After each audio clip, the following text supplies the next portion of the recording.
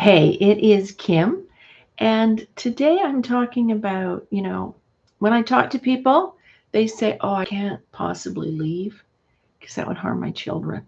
And this week it was actually really incredible. One fellow said to me, "You know, I'm 40 and I still remember my parents arguing when I was 8."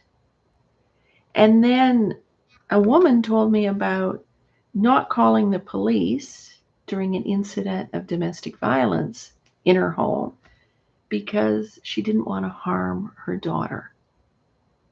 Now, I've also talked to parents and worked with people. I remember one couple, and their 5-year-old looked at them one day and said, "Mommy and Daddy, can you be kinder to each other?" And a teenager who told her parents, "Just please get a divorce. I cannot handle this anymore." So we have this notion in our society, right, that staying together is best for our children. Complete and utter belief, it's you get married, you live happily ever after. This notion in the wedding vows, till death do us part. Well, divorce started to join the mainstream actually in 1857. And in Canada, we got no fault divorce in 1985. What no fault divorce means is if one person doesn't want to be married, you simply stop living together for a year and you can get divorced. You don't need any kind of documentation to show you're separated. No. You don't live together for a year. You can start the divorce process. There does not have to be anything bad have happened. Now, those two quotes, those two experiences today really highlighted for me what we're doing to our kids, thinking that out of love, I'm staying out of love, I'm staying to protect my children. We're not protecting our children, we're exposing them to greater harm. That's the reality. And part of that, I've seen it with my kids, how they have done so much better because their father and I split up. And my son, like, it was not a healthy space. Um, there was lots and lots of tension. And when there's lots of tension, kids act out. And you see, like my son, um, one principal was convinced he was on the autism spectrum. His behavior was horrible. Um, and there's research shows that, ADHD, that shows up when there's lots of adverse childhood experiences in a home. And you get mental health issues there. You get a parent who overuses a substance. An adult close to a child is incarcerated. Child sees one parent being violent, aggressive, hitting another parent, and then you have divorce, as well as the emotional abuse, physical abuse, neglect, those issues.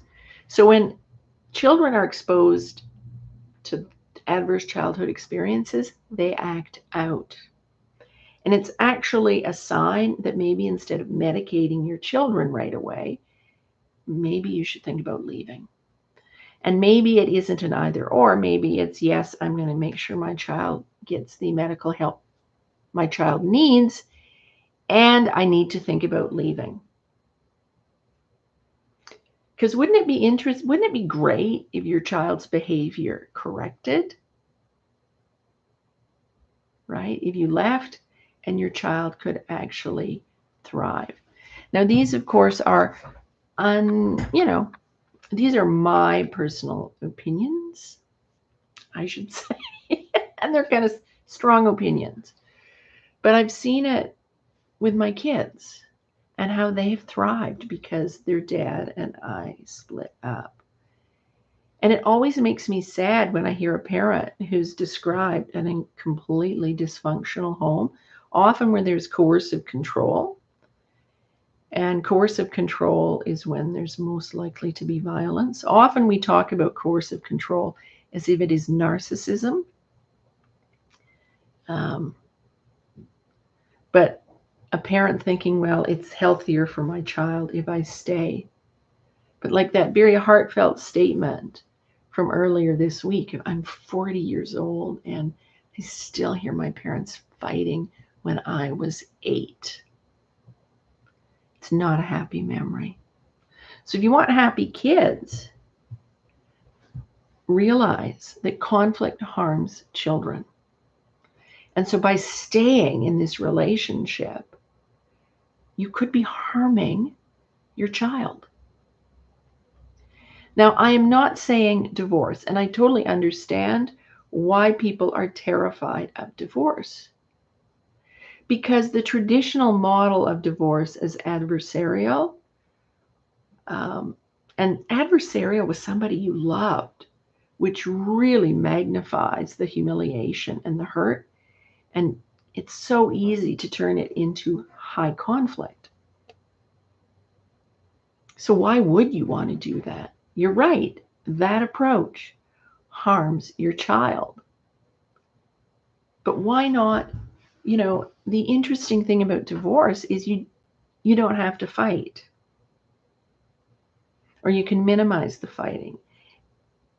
And when I say you don't have to fight, that means figuring it out yourselves or working with a mediator, working with a divorce strategist if you've got a coercively controlling husband or wife and you want to get out for the sake of your children.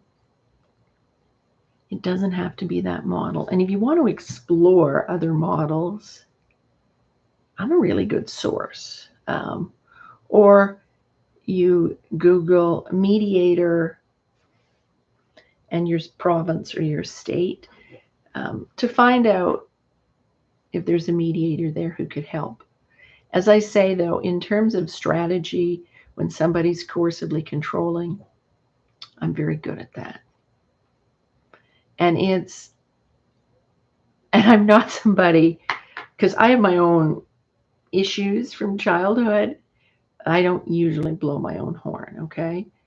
But truthfully, I'm really, really good at that strategy piece.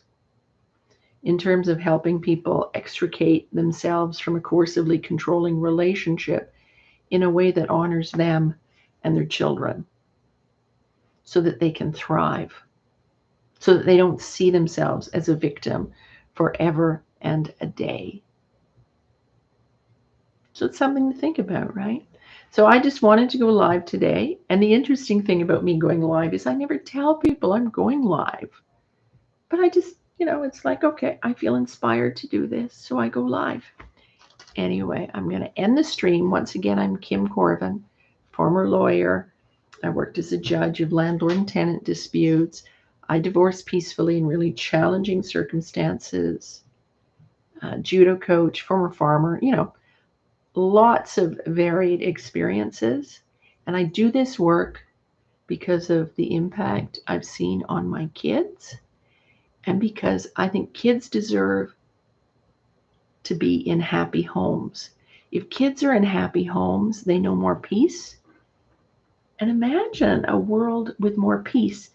And stop thinking of peace as this namby-pamby snowflake word. If peace were easy, we wouldn't have war in the Middle East, okay? You wouldn't have trouble communicating with your coworker or your spouse. Peace is not namby-pamby. Peace is an active verb.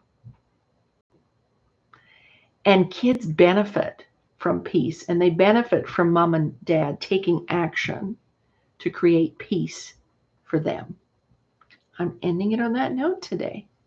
Bye-bye.